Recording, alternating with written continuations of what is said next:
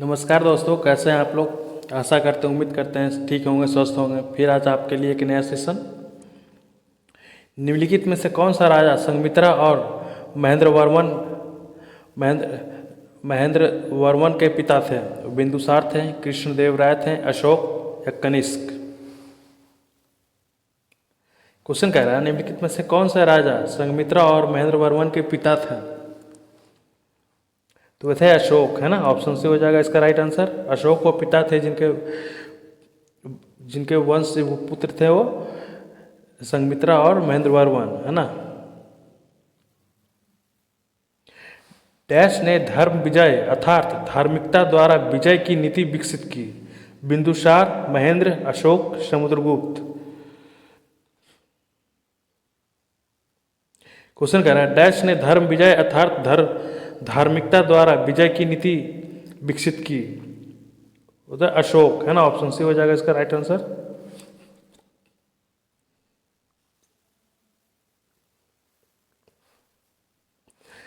अशोक के शासनकाल की सबसे महत्वपूर्ण घटना कलिंग की युद्ध थी, जिसने उनके जीवन का एक महत्वपूर्ण परिवर्तन सिद्ध किया। यह युद्ध किस क्षेत्र में लड़ा गया? आसाम, झारखंड, बिहार, उड़ीसा? क्वेश्चन कह रहा है अशोक के शासनकाल की सबसे महत्वपूर्ण घटना कलिंग की युद्ध थी। बात तो बिल्कुल सही है। जिनके उनके जीवन काल का एक महत्वपूर्ण परिवर्तन सिद्ध किया। यह युद्ध किस क्षेत्र में लड़ा गया था? तो युद्ध उड़ीसा के क्षेत्र में लड़ा गया था, है ना। ऑप्शन डी होगा इसका राइट आंसर। अशोक ने डैश के युद्ध के बाद बौद्ध उपदेशों को अपनाया? बक्सर, कलिंग, पानीपत, मगध? क्वेश्चन कह रहा है अशोक ने डैश के युद्ध के बाद बौद्ध उपदेशों को अपनाया? तो वो कलिंग के युद्ध के बाद अपनाया, है ना। ऑप्शन डी हो जाएगा। अब सॉरी, ऑप्शन बी हो जाएगा। जैसा कि अभी हम बताया, जस्ट ऊपर का क्वेश्चन से ये क्वेश्चन रिलेटेड है ना। प्रसिद्ध कलिंग युद्ध ने सम्राट अशोक को युद्ध छोड़ने के और बौद्ध धर्म अपनाने के लिए प्रेरित करता है। यह युद्ध किस वर्ष लड़ा गया?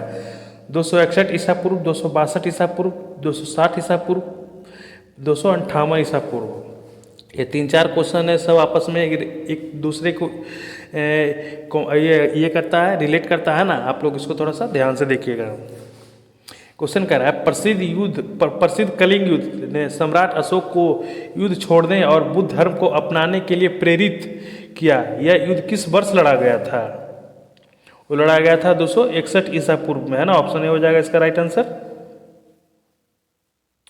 अशोक ने किस शिलालेख में कलिंग युद्ध में अशोक की विजय का उल्लेख किया गया? 13वें, चौथे, पहले या 10वें? क्वेश्चन कह रहा है अशोक के किस शिलालेख में कलिंग युद्ध में अशोक के विजय का उल्लेख किया गया है? तो है 13वें शिलालेख में, है ना। ऑप्शन ए हो जाएगा इसका राइट आंसर। चंद्रगुप्त मौर्य का पुत्र मौर्य साम्राज्य के सिंहासन पर बैठने वाला दूसरा शासक कौन था?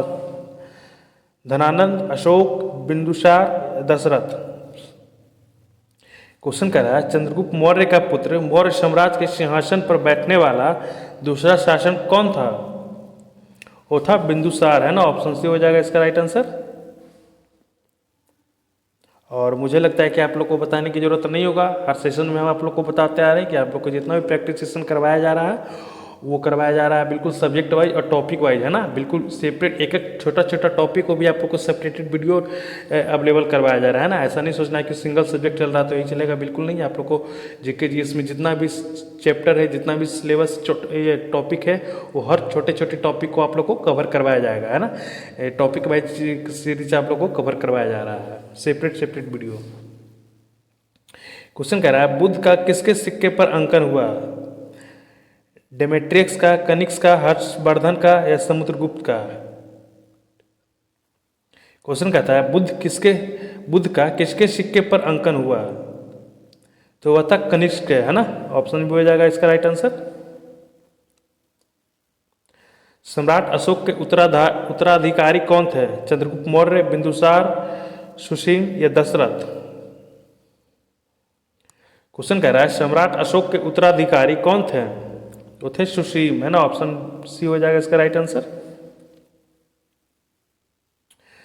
सम्राट अशोक ने पत्थर के स्तंभों और पत्थर के शिलाखंडों पर अपने डैश आदेश उत्कीर्ण कराकर राज्य के प्रमुख स्थानों को स्थापित करवाया ताकि लोग तदनुसार आचरण कर सके। वो 16 थे, 8 या 10। क्वेश्चन करा, सम्राट अशोक ने पत्थर के स्तंभों और पत्थर के शिलाखंडों पर अपने डैश आदेश उत्कीर्ण कराकर राज्य के प्रमुख स्थानों पर स्थापित करवाए थे ताकि लोग तदनुसार आचरण कर सके। वो कितने थे? तो उनकी संख्या थी 14, है ना, 14। ऑप्शन बी हो जाएगा इसका राइट आंसर।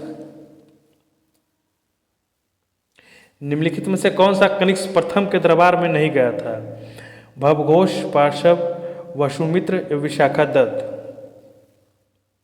क्वेश्चन कह रहा है निम्नलिखित में से कौन कनिष्क प्रथम के दरबार में नहीं गया था? तो वो थे विशाखा दत्त, है ना। ऑप्शन डी हो जाएगा इसका राइट आंसर। राजा खारवेल का नाम जुड़ा हुआ है किस फिगर से जुड़ा हुआ है? गिरानाथ अष्टम के लेख से, जूनागढ़ अष्टम के लेख से, हाथी गुफा के लेख के स्तंभ, सारनाथ लेख के साथ। क्वेश्चन कह रहा है राजा खारवेल का नाम जुड़ा हुआ है किस फिगर से जुड़ा हुआ था? वो जुड़ा हुआ था हाथी गुफा के लेख के साथ, है ना। ऑप्शन सी हो जाएगा इसका राइट आंसर। वह स्तंभ जिसमें अशोक ने स्वयं को प्रियदर्शी सम्राट बताया क्या कहलाता? सारनाथ स्तंभ, रमीदेई स्तंभ, कोनाकाई स्तंभ या भाब्रू स्तंभ। क्वेश्चन कह रहा है वह स्तंभ जिसमें अशोक ने स्वयं को प्रियदर्शी सम्राट बताया था वह किस स्तंभ में लिखा? तो है ऑप्शन डी, भाब्रू स्तंभ, है ना। ऑप्शन डी हो जाएगा इसका राइट आंसर। हैनसंग ने जिस कनिष्क विहार को देखा था वह कहाँ स्थित था? बामियान में, पेशावर में, मथुरा में या वाराणसी में? क्वेश्चन कह रहा है हैनसंग ने जिस कनिष्क विहार को देखा था वो कहाँ स्थित था? वो था पेशावर में, है ना। ऑप्शन बी हो जाएगा इसका राइट आंसर। चाणक्य का एक अन्य नाम क्या था? देववर्मन, विष्णुगुप्त, रामगुप्त, बृहस्पति। क्वेश्चन कह रहा है चाणक्य का एक अन्य नाम क्या था? वो था विष्णुगुप्त, है ना। ऑप्शन बी हो जाएगा इसका राइट आंसर। विष्णुगुप्त को ही चाणक्य या चाणक्य को ही विष्णुगुप्त। मेगास्थनीज भारत आने वाले सबसे पहले शुरुआती विदेशी यात्रियों में से एक थे। उनका संबंध किस देश से था? यूनान से, स्पेन से, मिस्र से या इटली से? क्वेश्चन कह रहा है मेगास्थनीज भारत आने वाले सबसे शुरुआती विदेशी यात्री में से एक थे। उनका संबंध किस देश से था? वो किस देश से आए थे? उनका संबंध था यूनान से, है ना। ऑप्शन ए हो जाएगा इसका राइट आंसर। वो यूनान से आए थे। प्रसिद्ध बौद्ध विद्वान अश्वघोष किसकी समकालीन थे? अशोक के, नागार्जुन के, कनिष्क के या हर्षवर्धन के? क्वेश्चन कह रहा है प्रसिद्ध बौद्ध अश्वघोष किसके समकालीन थे, यानी कॉन्टेम्पोररी, है ना। वो थे कनिष्क के समकालीन, है ना। ऑप्शन सी हो जाएगा इसका राइट आंसर। मुद्रारक्षक नाटक किस राजा की कहानी पर आधारित है? अशोक के, चंद्रगुप्त द्वितीय, चंद्रगुप्त प्रथम या चंद्रगुप्त मौर्य? क्वेश्चन कह रहा है मुद्रारक्षक नाटक किस राजा की कहानी पर आधारित है? तो वह चंद्रगुप्त मौर्य के, है ना, आधारित। ऑप्शन डी हो जाएगा इसका राइट आंसर। मौर्य वंश का अंत किस वंश ने किया? शुक वंश ने, गुप्त वंश ने, शाक वंश ने या चोल वंश ने? क्वेश्चन कहता है मौर्य वंश का अंत किस वंश ने किया था? वो क्या था? शुक वंश, है ना। ऑप्शन ए हो जाएगा इसका राइट आंसर। मौर्य वंश का अंतिम सम्राट कौन था? चंद्रगुप्त, अशोक, बृहस्पति या दशरथ? क्वेश्चन कह रहा है मौर्य वंश का अंतिम सम्राट कौन था? वो था बृहद्रथ, है ना। ऑप्शन सी हो जाएगा इसका राइट आंसर। किस मूल भारतीय राजवंश ने अपने शासकों के चित्र वाले सिक्के जारी किए? कुषाण वंश, शाक वंश, सतवाहना वंश या गुप्त वंश? क्वेश्चन कहता है किस मूल भारतीय राजवंश ने अपने शासकों के चित्र वाले सिक्के जारी किए थे? वह है सतवाहना वंश, है ना। ऑप्शन सी हो जाएगा इसका राइट आंसर। दिए गए विकल्पों में से कौन सा कथन सही नहीं है? बौद्ध धर्म ग्रंथ पाली भाषा में लिखे गए हैं। गौतम बुद्ध का जन्म स्थान नेपाल में स्थित है। उपगुप्त ने अशोक को बौद्ध धर्म अपनाने के लिए प्रेरित किया। या चरक गौतम के निजी चिकित्सक थे।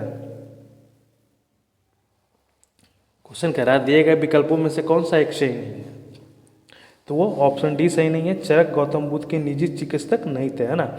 और इस तरह के क्वेश्चन आप लोगों को खासकर ध्यान देना होगा, जो 3 में से 1 गलत होता है बाकी 3 सही होता है, क्योंकि वो 3 ऑप्शन नहीं, 3 अपने आप में एक क्वेश्चन साबित होता है ना। बाकी आपका ये तीनों क्वेश्चन आपको ध्यान से पढ़ना है। गौतम बुद्ध धर्म ग्रंथ पाली भाषा में लिखा गया था, बिल्कुल बात सही है। गौतम बुद्ध का जन्म स्थान नेपाल में था। उपगुप्त ने अशोक को बौद्ध धर्म अपनाने के लिए प्रेरित किया था, है ना।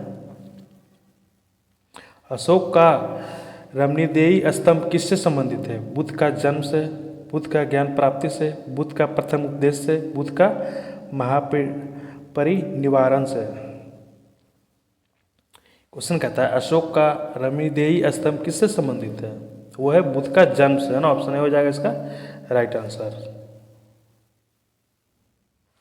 निम्नलिखित में से किस अभिलेख में अशोक का करों का कुछ रियायतों की घोषणा की है? लघु शिलालेख सासाराम, भाब्रू शिलालेख, लुम्बिनी स्तंभ लेख या शिलालेख 13वीं।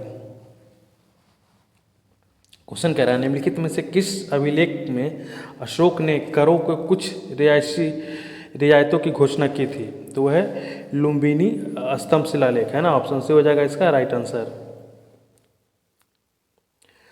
कुषाण राजाओं का सबसे प्रसिद्ध शासक कौन था? जो कुषाण वंश का तीसरा शासक था। कुजुल कंडफिसेस, विम कंडफिसेस, हुविक्स या कनिक्स।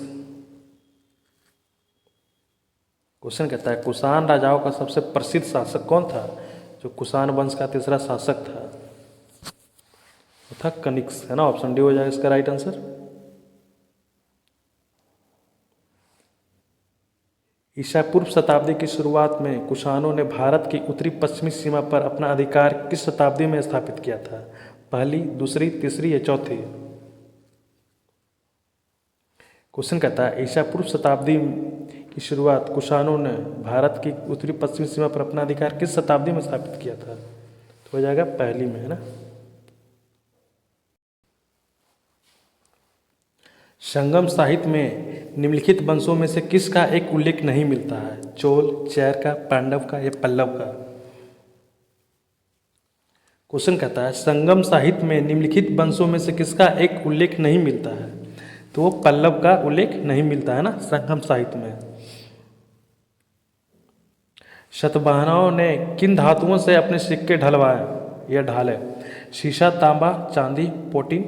शीशा, तांबा, सोना, चांदी, शीशा, तांबा या शीशा, पोटीन। क्वेश्चन कहता है शतवाहनों ने किन धातुओं को अपने सिक्के ढाले या ढलवाए? तो वह है शीशा, तांबा, चांदी और पोटीन, है ना। इसमें से सबसे अत्यधिक मात्रा था शीशा का, है ना।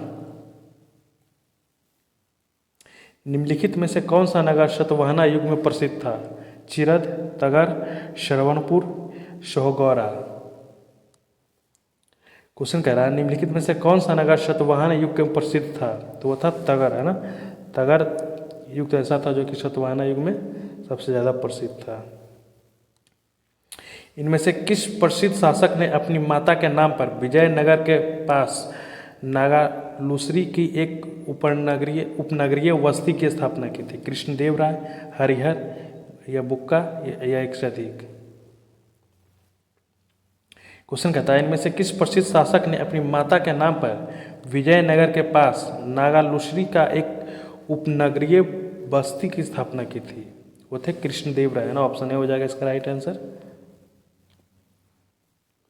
संगम साहित्य किस भाषा में लिखा गया? तमिल में, तेलुगु में, कन्नड़ में या संस्कृत में? क्वेश्चन कहता है संगम साहित्य किस भाषा में लिखा गया था? तो तेलुगु में लिखा गया था, ना संगम साहित्य। सॉरी, तमिल में लिखा गया था भाई, तमिल में लिखा गया था।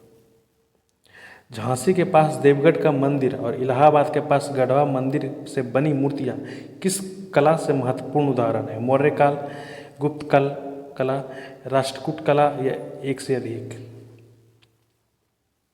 क्वेश्चन कह रहा है झांसी के पास डिब्रूगढ़ का मंदिर और इलाहाबाद के पास गढ़वा मंदिर से बनी मूर्तियाँ किस कला के महत्वपूर्ण उदाहरण हैं? तो है गुप्त कला के, है ना। ऑप्शन बी हो जाएगा इसका राइट आंसर। गुप्त कला नहीं, गुप्त काल हो जाएगा ना, गुप्त काल।